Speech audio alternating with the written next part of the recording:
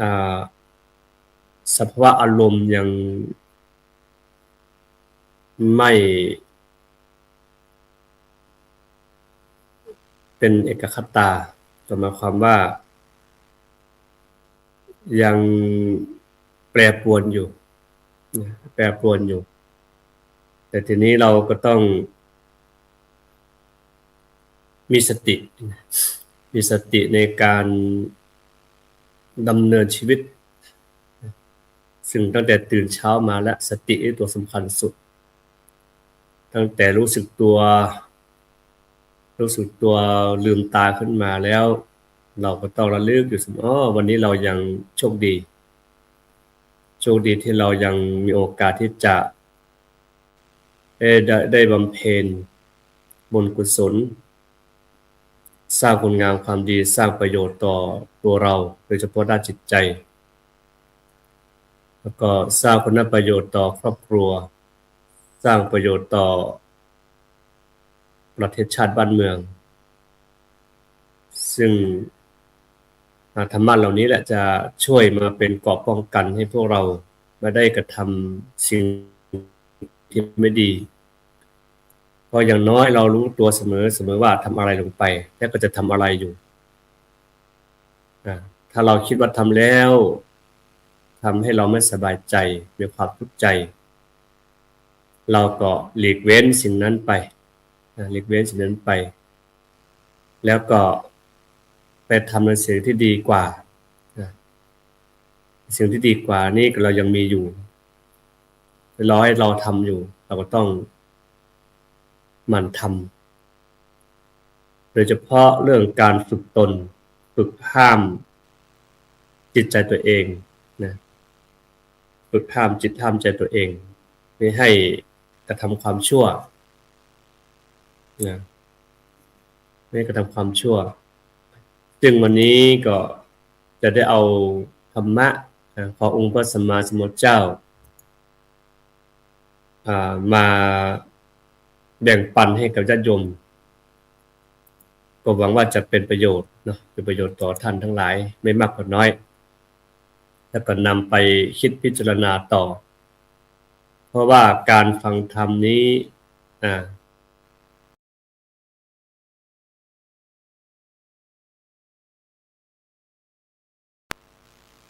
มาย้ำเตือนสติของพวกเราบางทีเราดำเนินชีวิตอยู่บางครั้งก็อาจจะเพลิดเพลินกับสิ่งรอบข้างนะสิ่งยั่วยวนทั้งหลายแต่พอได้มาฟังธรรมะนะจากครูบาอาจารย์ก็ดีจากหลายๆท่านโดยเฉพาะญาติโยมปัจจุบันนี้ก็สามารถที่จะเข้าถึงธรรมนะเข้าถึงธรรมแล้วก็นำมาเผยแผ่ต่ออย่างน้อยเราเป็นสะพาน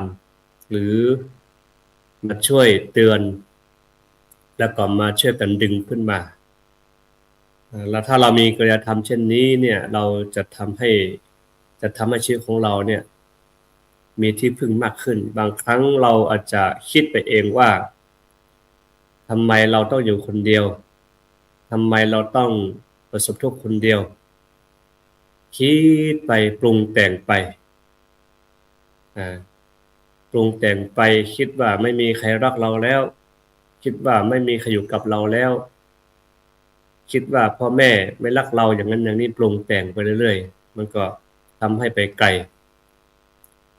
นี้พอเราได้คำว่าหลักธรรมของพระองค์ท่านนะหลักธรรมที่พระองค์ท่านได้ฝากไว้กับพวกเราได้อยู่กับเราตลอดเพียงแต่ว่าเราจะนำมาใช้ได้ขนาดไหนถ้าเราศึกษาอ่านแล้วไม่ได้นำมาปฏิบัติแล้วก็มาทดสอบทดลองดูเนี่ยเราก็ไม่รู้จักคุณค่าหลักปฏิบัติเหล่านี้แต่ถ้าเราประนำไปปฏิบัติแล้วก็จะทำให้เรารู้สึกการเปลี่ยนแปลงภายในโดยเฉพาะหลักการฝึกสตินะฝึกสติที่สำคัญสุดฝึกบ่อยๆนะฝึกบ่อยๆฝึกทำบ่อยๆแรกๆนั้นอาจจะช้าหน่อยแต่ว่าพอเราฝึกไปเนี่ยจิตเรามันเคยชินสติเราก็เริ่มที่จะ ตื่นตัวมากขึ้นรู้เท่าทันมากขึ้นรู้เท่าทันความรู้สึกนึกคิดรู้เท่าทันความโกรธรู้เท่าทันในสิ่งที่มันมายั่วยุถ้าเราสามารถหลีกเลี่ยงเหล่านี้ได้ก็ผลจะตามมานั้นก็จะลดน้อยถอยลงไปทีนี้ธรรมะเนี่ยสำหรับในการนำมาใช้ในชีวิตปัจจุบันของเราซึ่งบรรดาธรรมทั้งหลายที่มีอยู่ 84,000 พระธรรมขันธ์ขององค์พระสัมมาสัมพุทธเจ้านั้นเราจะหยิบทำข้อใดแล้วมาปรับใช้ในชีวิตปัจจุบันของเราและก็ให้เข้ากับตัวเรามากที่สุดเช่นนะฝึกง่ายคือการที่ฝึกให้ตัวเองมีความรู้ตัวทั่วพร้อมอยู่กับปัจจุบันขณะไม่ว่าจะการรับประทานอาหารการทำงานการเดินการนั่งการนอนการพูดการคิดอย่างเช่นเรากำลังคิดไม่ดีกำลังคิดไม่ดีอยู่แล้วก็ใช้สติอันนี้มันเป็นอาหารขยะทางใจละเกิดขึ้นมาแล้วเราใช้สติและเลือกรู้อยู่ว่าคิดดูความคิดเข้าไปเนี่ยความคิดเหล่านี้มันก็จะไม่กระจายต่อมันไม่กระจายต่อมันจะหยุดอยู่กับที่แล้วความดีของเราจะเกิดขึ้นพอเราทำได้อย่างนี้ปุ๊บเนี่ยเรารู้สึกมีความสุขมีความสบายใจไม่เป็นพิษเป็นภัยต่อคนรอบข้างในสังคมยิ่งอารมณ์เราไม่ดีเท่าไหร่ยิ่งเราตามอารมณ์เมื่อไหร่ยิ่งเราตามความคิดอยากจะด่าคนนั้นก็ด่าอยากจะทำแล้วก็ทำตามที่มันปรุงแต่งขึ้นมานะแม้แต่ตัวเราเองยังไม่มีความสุขเลยรู้อยู่แล้วว่าทุกคนเนี่ยต้องการความสุขต้องการความสงบต้องการที่ต้องการไม่ต้องการความวุ่นวายแล้วก็ไม่ต้องการให้ท่านใดท่านหนึ่งมารบกวนเราด้วยและเราเองถ้ามีท่านใดท่านหนึ่งมาเบียดเบียนเรามาทำให้เราไม่สบายกายไม่สบายใจเราก็รู้สึกไม่ดีทุกคนต้องการความสงบเช่นนี้เหมือนกันแต่ทุกคนก็ไม่ต้องการให้ใครที่จะไปเบียดเบียนซึ่งกันและกันเหมือนกันไม่แต่สัตว์เดรัจฉานสัตว์เดรัจฉานเองก็ต้องการความรักความห่วงใยเหมือนกัน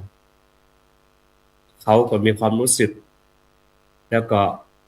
อยากให้เราปกป้องเขาเหมือนกันนี่แหละคือเราต้องมาเริ่มต้นที่ตัวเราด้วยการหมั่นฝึกอยู่เป็นประจำ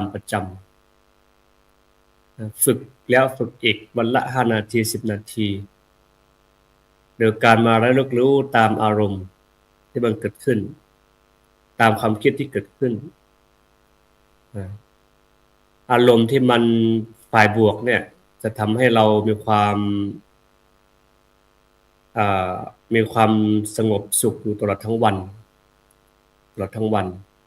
แต่ถ้าเราอยู่กับอารมณ์ที่ฝ่ายลบตลอดเวลาเนี่ยจิตก็จะลดพลังงานลงพลังงานจิตของเราก็จะลดลงเรื่อยๆแล้วก็จะทำให้ดวงจิตดวงใจของเรานี้ขาดประสิทธิภาพดังนั้นเราก็ต้องปรับความสมดุลของความคิดความสมดุลของอารมณ์ให้เป็นฝ่ายบวกทีนี้อยากจะเอาธรรมะฝากไว้สำหรับท่านทั้งหลายที่ตื่นขึ้นมาเช้านี้แล้วก็กำลังที่จะไปทำงานก็เรื่องอิทธิบาท 4อันนี้ก็ถือว่า บางท่านก็จะตั้งหัวข้อว่าธรรมะข้อนี้เนี่ยเป็นธรรมะที่นำพาให้กิจการงานทุกอย่างก้าวไปสู่ความสำเร็จแม้กระทั่งการปฏิบัติธรรมก็ตามแม้กระทั่งการศึกษาเราเรียนก็ตามธรรมะข้อนี้ล้วนแต่เป็นแนวทางที่จะทำให้พวกเรานี่มีความตั้งมั่นซึ่งท่านบอกว่าธรรมะข้อแรกก็คือฉันทะความพอใจความรักในการงานของเราฉันทะความพอใจในสิ่งที่เราจะทำถ้าเราพอใจทำสิ่งใดแล้วเนี่ยความสุขย่อมบังเกิดขึ้นแก่ตัวเราสังเกตง่ายๆเนาะบางทีเราไม่อยากไปนู่นไปนี่ไม่อยากจะทำอะไรอันนี้รู้สึกว่าหงุดหงิดรู้สึกว่าไม่อยากจะทำอะไรเลยเป้าหมายของเรานั้นก็ยอมที่จะไม่ถึงแต่ถ้าเรามีความฉันทะมีความพอใจในสิ่งใดสิ่งหนึ่งอย่างเช่นอยากจะทำบุญเราก็พากันไปสบายไปเรื่อยๆจะนั่งสมาธิเราพอใจจะนั่งสมาธิเราพอใจที่จะรักษาศีลสมาทานศีลเราพอใจมีความฉันทะพอใจในการจะทำทานคือจาคะช่วยเหลือคนอื่นช่วยเหลือสังคมพอเรามีจิตอาสาเราก็มีความสุขนะเพราะเราเต็มใจทำแต่ถ้าฝืนใจทำเมื่อไหร่ก็ทำไปสักเดี๋ยวทำไปให้หมดไปแต่ความสุขไม่เกิดขึ้นเนาะนั่นก็ฝากธรรมะข้อที่หนึ่งไว้ต่อมาก็คือวิริยะอันนี้ก็เช่นเดียวกันคือความเพียรพยายามโดยเฉพาะเพียรพยายามในการละอกุศลละความโกรธละความโลภความหลงเนี่ยอันเนี้ยคือมันต้องทำบ่อยๆละสิ่งอื่นละได้ง่ายนะบางคนบอกปล่อยวางละได้เลยก็ละเลยปล่อยวางไปเลยแต่ว่าถ้าเราไม่ปฏิบัติเราไม่ได้ฝึกเป็นประจำเนี่ยความเพียรเหล่านี้มันก็จะไม่มีพลังงานแต่ถ้าเราฝึกปฏิบัติบ่อยๆอยู่แบบเข้าเนี่ยความเพียรพยายามในการที่จะทำให้ตัวเองพ้นจากความทุกข์นะครับแล้วก็เพียรพยายามในการทำงานเช่นกิจการงานของเรายังไม่สำเร็จหรือยังไม่เข้าใจบ้างไม่เข้าใจบ้างยังไม่คล่องแคล่วหรือยังไม่ชำนาญเนี่ยเราก็ต้องเพียรพยายามในการมาแก้ไขเพียรพยายามศึกษาทำความเข้าใจสิ่งต่างๆเหล่านี้จะทำให้เราเป็นผู้ชำนาญมากขึ้นเช่นเปรียบยกตัวอย่างง่ายๆคือนักวิจัยตัวยงก็คือองค์พระสัมมาสัมพุทธเจ้าของเราที่ท่านเองพระองค์เองเป็นแบบอย่างที่ดีมากด้วยพระองค์เองไม่มีต้นทุนไม่มีทุนวิจัยนะแต่ว่าทุนวิจัยของพระองค์ท่านคือความเพียรพยายามในเมื่อรู้ว่าเกิดมาแล้วมีความทุกข์เกิดมาแล้วต้องเกิดแก่เจ็บตายเกิดมาแล้วต้องพลัดพรากจากของอันเป็นที่รักหรือแม้กระทั่งบุคคลอันเป็นที่รักของเราพระองค์ท่านก็เลยใช้ความเพียรตัวนี้ไปทดสอบทดลองทุกวิธีทางว่าจะทำอย่างไรว่าดวงจิตดวงใจของเรานี้สามารถก้าวข้ามจากความทุกข์นี้ไปได้พระองค์ท่านใช้เวลา6 ปีในการวิจัยที่จริงแล้วพระองค์ท่านก็คงจะฝึกมานานแล้วแหละเพียงแต่ว่ายังไม่แจ่มแจ้งยังสงสัยยังอะไรอยู่ก็จำเป็นต้องหาแนวทางใหม่และดีกว่าเดิมด้วยพระองค์ท่านก็เลยเนี่ยใช้ฉันทะวิริยะเหล่านี้แหละเป็นตัวนำทางเป็นตัวนำทางไปสู่เป้าหมายในการบรรลุอนุตตรสัมมาสัมโพธิญาณ ดังนั้นเราและท่านทั้งหลายที่มีโอกาสได้ลืมตาดูโลกใบนี้เรามาพบแนวทางที่ดีแล้วก็ให้พวกเราลองทดสอบดูหรือที่ท่านใดที่ยังที่ปฏิบัติแล้วรู้แนวทางแล้วก็ให้มันปฏิบัติต่อไปไม่จำเป็นต้องมากมายหรอกวันละ10นาที20นาที5นาทีก็เพียงพอแต่ขอให้ทำบ่อยๆทุกวันล็อกเป้าหมายว่าวันนี้เวลานี้ชั่วโมงนี้นาทีนี้ข้าพเจ้าจะตั้งใจฝึกตนอย่างน้อยเรามานั่งดูลมหายใจไม่โกรธไม่แค้นไม่อาฆาตพยาบาทมาร้ายใครจะทำให้จิตใจของเราเนี่ยไม่รับอารมณ์ข้างนอกมาแล้วก็เป็นอารมณ์ที่เป็นบุญเป็นกุศลของพวกเราไม่เป็นอารมณ์มาไม่เป็นขยะดังนั้นเราก็ต้องใช้แนวทางที่องค์พระสัมมาสัมพุทธเจ้าของเรานี้ที่ปูทางไว้มาฝึกมาอบรมตนจะทำให้เราเข้าถึงความสงบสุขภายในข้อธรรมต่อมาก็คือจิตตะเอาใจใส่เอาใจใส่ก็คือเวลาเราปฏิบัติเนี่ยบางทีท่านใช้คำว่าพิจารณาบางทีท่านบอกว่ากำหนดรู้อารมณ์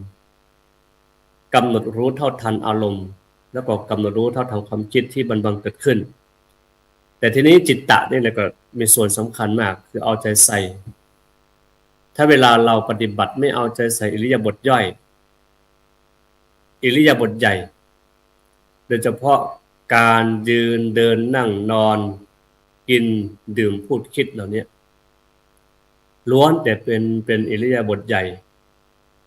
ถ้าเราเอาจิตตะมาใส่ใจเรื่องอิริยาบถเหล่านี้เนี่ยความพลาดพลั้งของเราก็จะน้อยขึ้น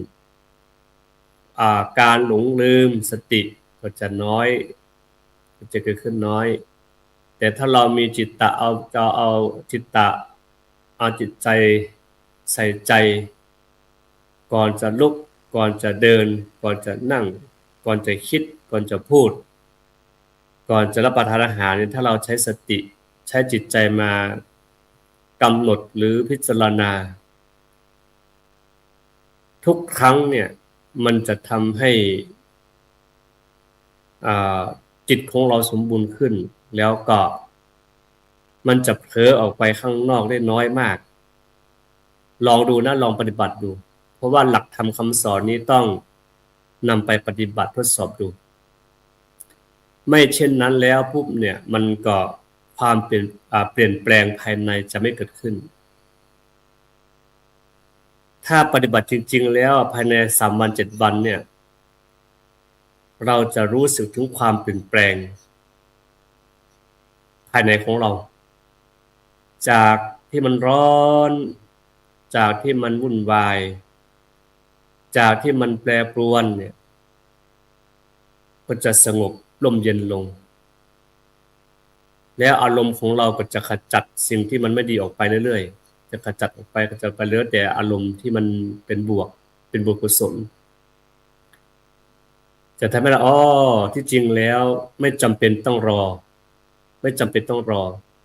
เราสามารถที่ปฏิบัติได้ขนาดนี้ปัจจุบันนี้ณเวลานี้แม้กระทั่งขับรถของเราเองสามารถกำหนดได้สามารถปฏิบัติได้สามารถระลึกรู้ตัวเองได้แม้แต่ขยับตัวก็ขยับไปรู้ตัวขยับเวลาจะกดไฟเลี้ยวซ้ายเลี้ยวขวาเราก็รู้ก่อนว่าจะกดแม้กระทั่งเราเขียนงานก็ดี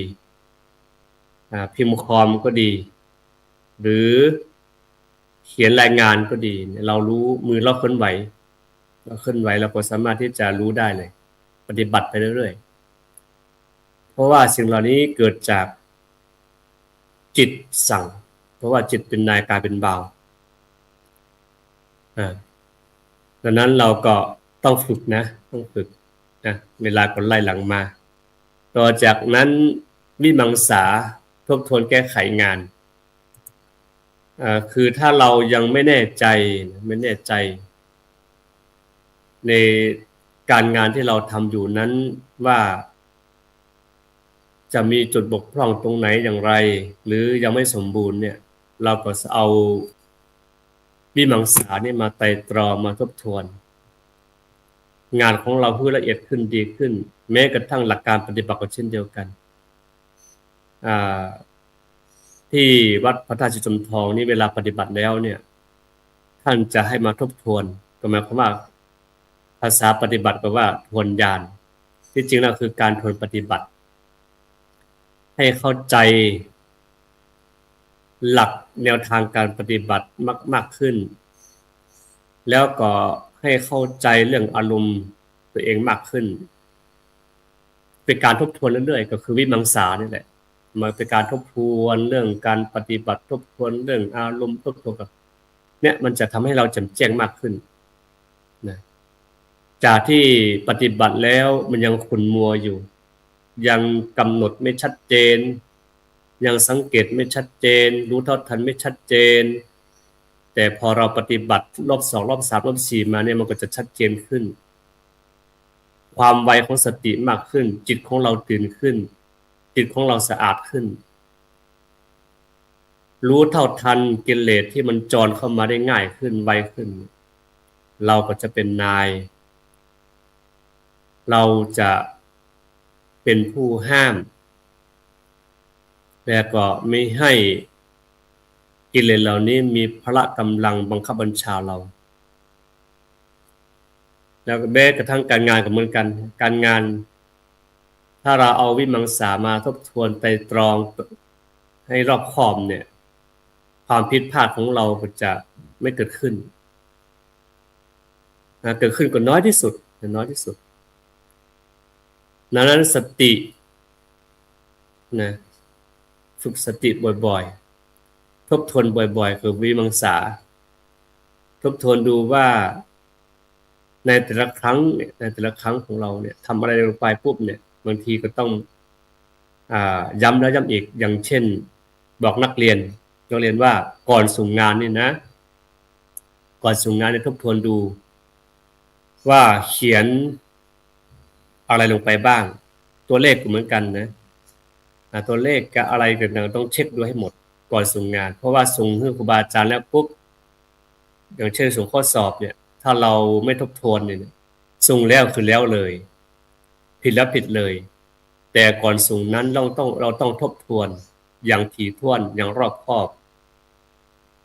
เช็คดูว่าเราเขียนอะไรลงไปผิดตรงไหนสะกดตรงไหนอย่างไรนั่นแหละเราก็เอาหลักธรรมอิทธิบาท4มาใช้โดยเฉพาะวิมังสาเรามาทบทวนดูว่าเราควรแก้ไขอะไรอย่างไรไหมถ้าเราเห็นแล้วปุ๊บเนี่ยเราก็จะแก้ไขได้ทันก่อนที่จะนำส่งครูบาอาจารย์นั้นก็ขอฝากหลักธรรมไว้ให้แก่ญาติโยมนำไปปรับใช้ให้เข้ากับชีวิตประจำวันของเราว่าธรรมะข้อใดขององค์พระสัมมาสัมพุทธเจ้าของเรานั้นสามารถนำมาปรับใช้ในชีวิตของเราแล้วก็มีความสุขนะก็ขอเอาหลักธรรมนั้นไปปรับใช้และก็พัฒนาการดวงจิตดวงใจของเรานี่คือโดยเฉพาะเรื่องการฝึกสติอันนี้ฝากไว้เรื่องสติแล้วก็อิทธิบาท4นำไปปรับใช้เพื่อให้ดวงจิตดวงใจของเราเนี่ยมีความสมบูรณ์มากขึ้นเนาะถ้าเราไม่ฝึกไม่นำไปปฏิบัติ